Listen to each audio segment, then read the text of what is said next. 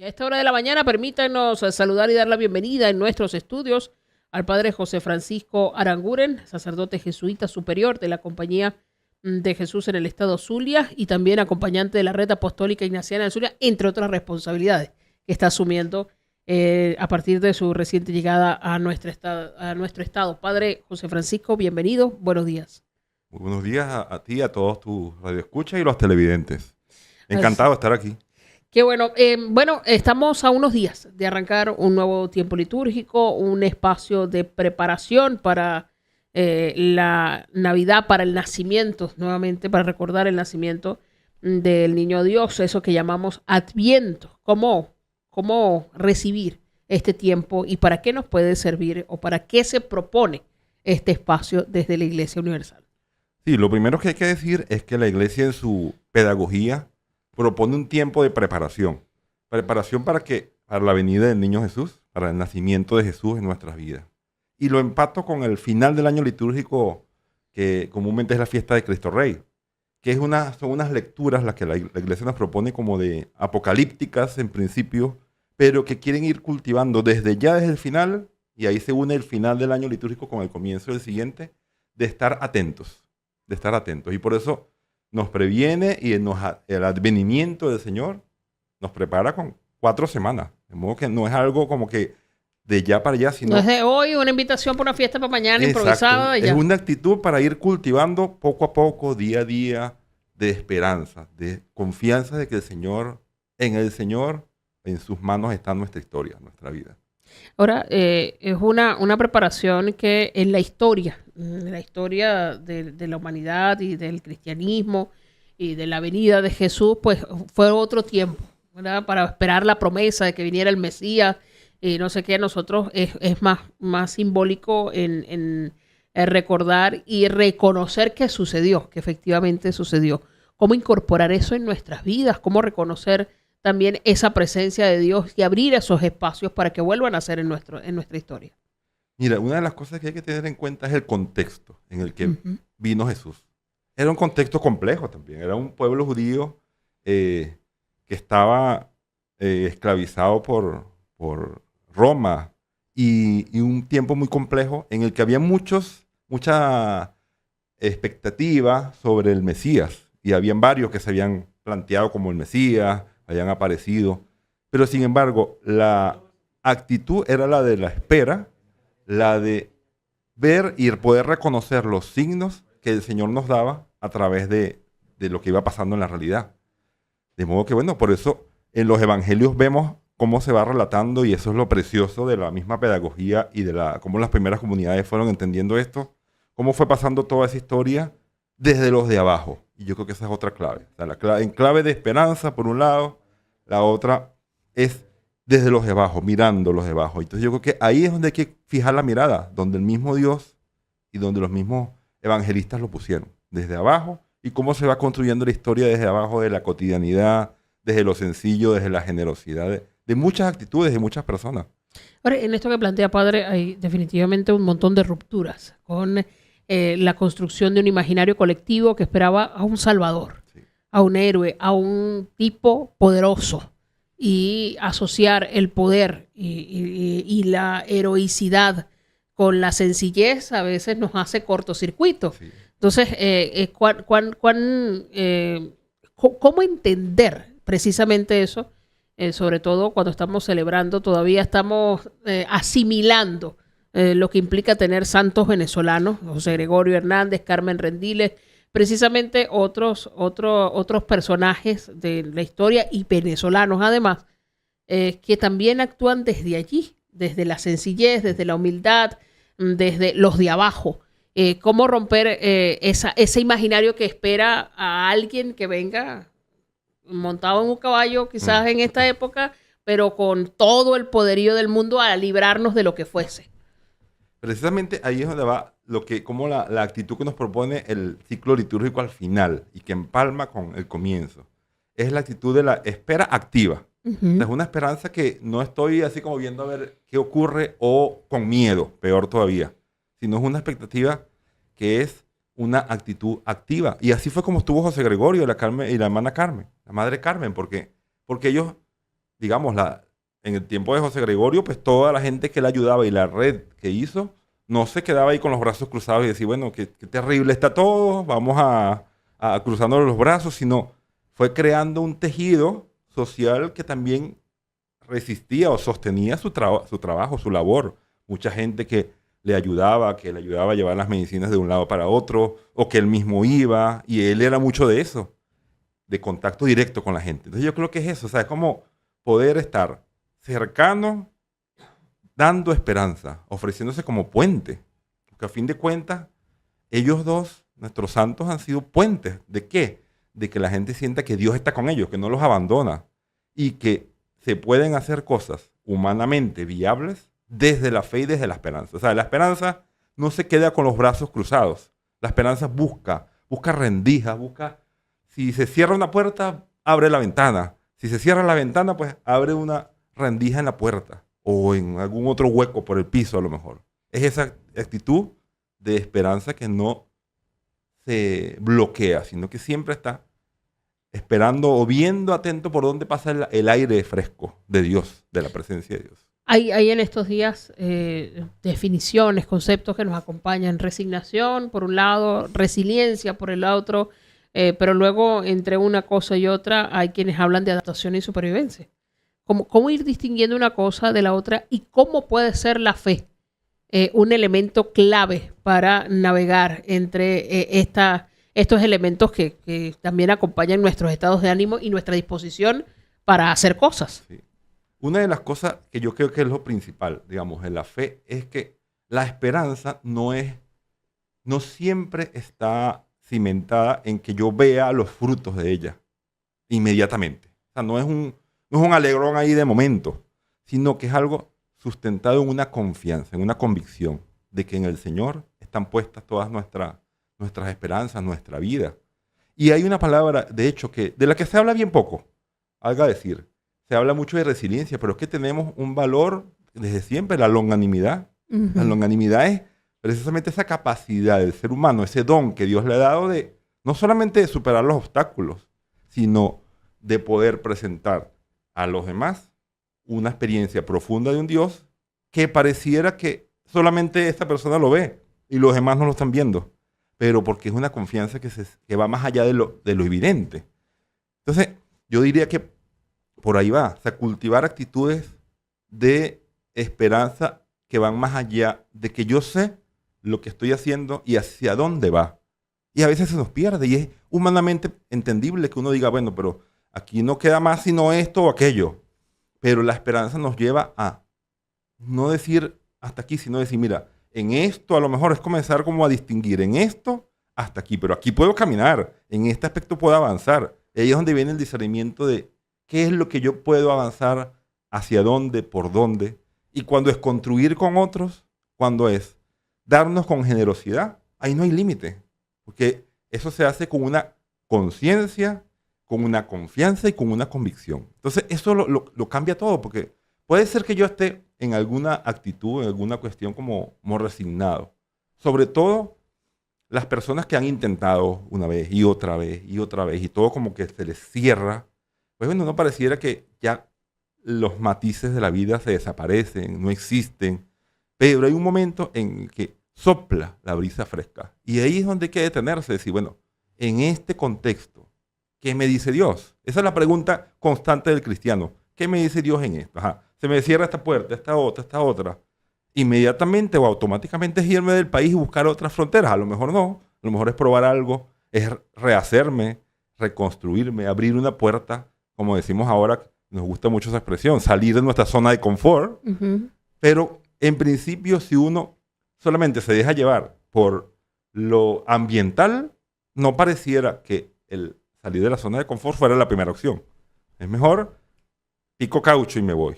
Continuamos a esta hora de la mañana a través de las pantallas de Canal 11, el nuestro, y la señal de Radio Fe y Alegría, 88.1 FM en la ciudad de Maracaibo. Asimismo transmitimos, recuerden ustedes, también a través de nuestro canal en YouTube, Fe y Alegría Media, al que ustedes pueden sumarse activando las notificaciones, y con su suscripción nos ayudan a seguir creciendo y a llegar a más personas. Hoy con nosotros el padre José Francisco Aranguren, sacerdote jesuita superior de la Compañía de Jesús en el Estado Zulia, acompañándonos en nuestros estudios. Hablamos de Adviento y también tenemos que hablar de cultura y de tradición. Hay maneras de celebrar, de acompañar, de prepararse para esta temporada mientras esperamos la natividad, el nacimiento del niño Dios. ¿Qué cosas caracterizan este tiempo de celebración? Sí, una primera cosa que hay que decir es que el pueblo venezolano vive de estos días de un modo muy particular, hasta con un permiso especial del Vaticano de poder celebrar la Navidad antes de tiempo, por decirlo así. Uh-huh. Pero tiene que ver con el reconocimiento de la Iglesia Universal de nuestro modo de vivir la fe, nuestro modo de vivir la celebración, y en especial la Navidad. De modo que podemos ya estar alegres esperando como la gran alegría. Entonces, eso es una primera cosa. O sea, no perder... O sea, nos emociona desde la preparación. Exactamente. Ya estamos en esa rumba desde el inicio, pero no una rumba desenfocada, sino una rumba que nos centra al acontecimiento más importante y especial, que es el nacimiento. Y por eso todo el contexto familiar, que intentamos estar ese día en familia, y es una particularidad también nuestra, que es el niño Jesús, el que nace, el que nos trae regalos, cuando más bien culturalmente el niño que nace uno le lleva regalos, no el niño es el que da regalos. Entonces eso también es otra particularidad de nuestro modo de vivir esto. El niño es quien trae, el niño es quien da regalos, porque Dios nos da a su hijo a través de él para comenzar a conocer sus actitudes, todo lo que él es, de modo que está. Y bueno, y la tradición que, digamos, yo invito a los radioescuchas y los televidentes a recuperarlo si no lo han hecho. Es el tema de poner el nacimiento, el pesebre en los hogares y bueno, pues, y reunirse el mismo 24 o antes y hacer una pequeña oración en la que los niños tengan un papel importante. O sea, yo creo que esa dimensión familiar, cercana, no importa lo grande, lo pequeño que pueda ser el pesebre, el nacimiento, pero háganlo y inviten a otros a que lo hagan, porque eso también nos recuerda lo sencillo en lo que muchas veces estamos. La vida, la mayoría de las cosas se nos van en la cotidianidad. Los grandes momentos son pequeños en tiempo, en duración, pero la cotidianidad, y allí es donde Jesús nos invita desde abajo, desde lo sencillo. Entonces eso, el modo de vivir la fe, el niño Jesús que es que regala, el nacimiento, y también por otro lado los aguinaldos. O sea, hemos creado hasta un estilo musical propio de Navidad. O sea, tomándonos que de la tradición misma de la iglesia, los villancicos españoles y tal, y hemos creado todo y le hemos agregado instrumentos de la cultura afro, de la cultura indígena, y hemos hecho esa mezcla tan propia llamados aguinaldos. También recuperar los aguinaldos, cantar aguinaldos. Y también aquí, pues en Zulia, yo estoy recién llegado también, y estoy apenas entrando pues, un poco a la cultura, pues también las gaitas propias de esta época. Es decir, es algo el parrandón propio. se hace a punta de gaita. Eso, entonces... Tambora, furro y maraca. Esas tradiciones son cosas nuestras. Es decir, no son cosas que las encuentras en otro lugar del mundo y más bien cuando estás lejos, las extrañas. Ahí es que te das cuenta que tenías algo que era único. Algo propio que ofrecer al mundo que tú decías, oye, pero es que es tan cotidiano que hay de especial. Sí, los hay. Y ahí es donde parece mentira, pero a veces uno tiene que... No como dice el refrán, cuando uno se da cuenta, cuando uno pierde, sino perderse, no simplemente alejarse. Cuando uno se aleja de algo que le es cotidiano y regresa y dice, hey, esto tiene sentido, tiene valor, profundidad, valor. No es nada más una tradición así porque mi abuela me lo enseñó, sino tiene un sentido. O sea, porque acompaña una serie de actitudes y de acciones que le dan marco. Y en esas actitudes, en esos elementos que acompañan este tiempo, quizás se recoge una enseñanza del mismo Jesús, que es la vida en comunidad. El Adviento se comparte mucho en comunidad, es decir, el preparar la corona de Adviento, abrir los espacios, y aunque, como dice, las celebraciones desde temprano, también hay espacios para la reflexión colectiva. ¿Qué tan importante es ese encuentro con el otro en la espera del niño Dios? Sí, sí. Porque nos abre la puerta de ser, por decirlo en una frase, promotores de dignidad. O sea, desde el reconocimiento y la alegría que nos permea, que es transversal, pues uno dice, caramba, tengo que hacer algo, me mueve a hacer algo para que la dignidad del otro sea reconocida, valorada, y nos convertimos en promotores, sin que nos pongan ese nombre aquí, promotores de dignidad, pero nos convertimos en ello por la misma conciencia de que esto no es algo que vivo yo, o sea, es como el vaso que se rebosa, que se rebosa naturalmente, de manantial, va saliendo agua, entonces no se queda en uno, llega al ámbito comunitario. Y por eso, bueno, digamos, como una invitación que les hago a todos los televidentes y radioescuchas es decir, bueno, que esa promoción de la dignidad se vea en su metro cuadrado que le corresponda, con su vecino, en su hogar y en su ciudad, como actitud, como acciones concretas. Y por eso vuelvo a lo del nacimiento. Es algo tan sencillo, pero que es algo familiar y que puede ser el centro de estos días. Que nos preparen, justo en esa misma lógica de la iglesia, a lo que sería el nacimiento de Jesús. ¿Por qué las misas de aguinaldo se hacen de madrugada?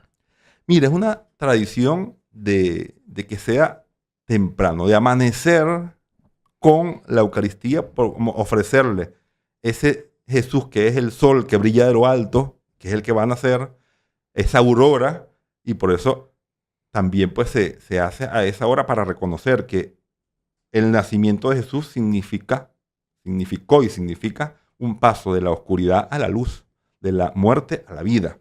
¿Y cuál es el mejor momento de hacerlo? Bueno, ustedes saben muy bien, dentro de pocos días se va a celebrar la aurora con la Virgen. Bueno, Sí. ¿por qué? La misma idea, la misma intuición, es decir, de la noche al día, de la muerte a la vida, de la oscuridad a la luz. ¿Cómo involucrar o cómo conectarnos con las personas que sentimos lejos? Digo, es un momento donde también hay que mirar la realidad del país. Se cuenta en más de 8 millones, según algunas estimaciones de ACNUR, el número de venezolanos que están fuera. Sí. Nos hemos ido acostumbrando a tener navidades por videollamada. Cómo aprovechar también este tiempo para encontrar esos espacios de compartir un poquito de la tradición, aunque no se encuentre en otro lugar, y conectarnos con los que están más lejos geográficamente, pero aprovechando incluso las tecnologías que nos ofrecen la posibilidad de seguir en comunicación.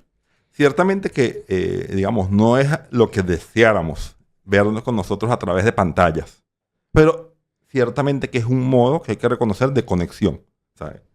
Porque por más que no nos guste o no no cumpla nuestro deseo, es un modo. Otro modo que podría encontrarnos es la oración. O sea, los cristianos tenemos eso que nos une, que trasciende la presencia y que vamos mucho más allá. En estos días hablaba con una persona que decía, bueno, ¿cómo que tal persona me cae muy mal? Yo decía, bueno, pero si esa persona no entra en tu oración, es decir, eso no va a mejorar ni a cambiar, ni lo vas a poder vivir cristianamente. Entonces, ora por esa persona, así, por ese que más te cuesta, por ese más difícil. Pero en este caso, hablamos de la familia. Entonces, bueno, ¿cómo orar por nuestra familia? Que el Señor sea el que tome sus necesidades y tal. Y la tercera cosa que yo diría es como abrirnos a la familia. Sí, es un tiempo muy de familia, pero a veces el tiempo se vive muy hacia afuera. Uh-huh. Entonces, esa tercera experiencia es como decir, bueno, abramos espacios a través de las cámaras, como sea, pero de abrir el corazón a la familia, a nuestra gente, decir, mira, cómo de verdad nos sentimos, qué estamos haciendo, cuál es nuestra esperanza, hacia dónde vamos caminando, qué cosas nos están yendo bien, porque comúnmente hablamos o nos acercamos a las cosas que nos cuestan o que son duras, pero ¿qué tal si hiciéramos pues como esa especie de, no llamamos decálogo, pero sí como las 10 cosas que en este año han fluido bien, y agradecerle al niño Jesús que lo hemos podido ver primero, porque a veces uno le pasa muchas cosas buenas y uno no la ve. Uno dice, no cae en cuenta. No cae en cuenta. Entonces, de esas cosas, de esa lista de 10 cosas que este año, fíjense, y que después lo haremos por presión social el 31 de diciembre. Así que mes de este año. Balance, a ver qué. Eso, pero desde ya, comenzarlo a hacer desde nuestra propia fe, decir, bueno, este año, el nacimiento del niño Dios, qué cosas han fluido, y compartirlo. O sea, no solamente escribirlo y dejarlo para uno, sino compartirlo con el otro. Porque seguramente muchas de esas, y ahí volvemos a lo comunitario, han sido con otras. Yo lo he vivido con otra persona, no es un patrimonio solo para mí o mío, sino que lo he vivido, y precisamente la presencia del otro ha sido la que le ha dado esa fuerza, esa profundidad, porque no lo viví solo. Entonces, lo viví con otro. Yo creo que eso es como importante. Vivimos en un país que sin duda nos somete a múltiples presiones, especialmente en el plano económico, y la gente está tratando de lidiar con poder cubrir o no necesidades básicas, tratar de mantener también algunas tradiciones, que se va a poder pagar esto o aquello. Y algunas veces tenemos la tentación de recurrir a la oración o a los espacios de encuentro con Dios buscando paz, pero ¿cómo garantizar que esa paz no sea simplemente un ruego, una súplica de un milagro, sino que de verdad nos permita encontrarnos interiormente con Dios y nos ayude a, como decía al principio, a encontrar esas rendijas y esos caminos alternativos para poder seguir sintiendo que hay cosas por hacer y que hay cosas a las que le podemos dar sentido a pesar de las dificultades? Mira, el Adviento nos da como la clave, como la actitud. Es una espera alegre, gozosa, en la que yo estoy, como me interesa tanto lo que está pasando, lo que va a pasar, yo estoy atento a todos mis sentidos. Y estoy atento a la realidad, en diálogo con ella, sin quitarle la crudeza que a ratos tiene, ni sin decir, se cerró la historia, y aquí no va a pasar nada, sino esa historia que siempre está abierta para el corazón de Dios y también para cada uno de nosotros. Poder encontrar en esa realidad esa historia abierta. ¿Esa historia abierta de qué? De que se puede hacer algo, se puede ser generoso y que eso también se contagia. Que pareciera que ahora se nos contagia solamente las cosas malas, ¿no? Y las cosas buenas también se contagian. Un grupo de jóvenes en tantas parroquias que habrá, por ejemplo, ahora en Navidad, ¿cuánta gente? No solamente parroquias, en distintos lugares del mundo, organizaciones, gente que se organizará para llevarle un día de alegría a niños, llevarle un día de alegría a gente mayor. ¿De dónde sale eso? Precisamente de decir, bueno, la historia no está cerrada, la historia está abierta y yo puedo hacer algo. O sea, mi papel es protagónico, no es de mirar, no solo de mirón de lejos, sino de un actor protagonista. Y yo creo que en ese sentido, vivirlo desde allí y moverse en esa lógica es donde se nos va a destrabar la historia, porque razones para estar triste podrían sobrarle a mucha gente. Pero yo invito a toda esa gente que a lo mejor pueda estar en este momento así como triste, abatida, a ver las cosas que tiene. A ver las cosas Lo que sí es ganancia. Lo que sí es ganancia y que es tan obvio, porque siempre lo ha tenido, pero, ay, si no lo tuvieras. O sea, es tan obvio que lo tienes, pero cae en la cuenta. O sea, es como decir que dejar que eso caiga. Y que yo diga, oye, yo tengo esto, mira. Siempre he tenido mi familia, siempre he tenido un hogar, siempre he tenido una habitación, siempre he tenido un plato de comida en la mesa, aunque sea una arepa. ¿Cuánta gente hay que no lo ha tenido? Y eso a mí, ¿qué me lleva? Ese agradecimiento, ¿en qué dirección me apunta? ¿Qué me quiere decir Dios con eso? Seguramente que tomándonos un tiempo, como dije, la tercera recomendación que decía hace rato, tomándose un tiempo personal y compartiéndolo con los demás, vamos a caer en la cuenta de que son más las gracias, los dones que tenemos, las cosas que hemos recibido, que las que nos faltan. Y al caer en esa cuenta de ese balance, pues la generosidad surge. La generosidad nace de lo profundo del corazón humano, donde Dios la ha puesto. O sea, simplemente es como que dejarla salir, dejarla aflorar. Bueno, Padre José Francisco, de verdad ha sido un placer tenerlo en este espacio. Muchísimas gracias por acompañarnos esta mañana. No, gracias a ti, gracias a todo el equipo de producción y bueno, a nuestros radioescuchas y televidentes que nos han calado para escucharnos y estar en esta mañana. Así que muchas gracias y bueno, que Dios le bendiga a todos los que nos escuchan y nos ven y bueno, feliz Navidad por adelantado. Ahí escuchaban y veían ustedes, ese es el Padre José Francisco Aranguren, sacerdote jesuita, superior de la Compañía de Jesús en el Estado Zulia, acompañándonos esta mañana. Nos despedimos invitándoles a que se sumen a las actividades de Adviento a partir de este domingo 30 de noviembre, ahí en su parroquia, ahí en su sector, en su zona o en la iglesia que prefiera o en el grupo parroquial que usted prefiera, pero participar y hacer vida con otros siempre ayuda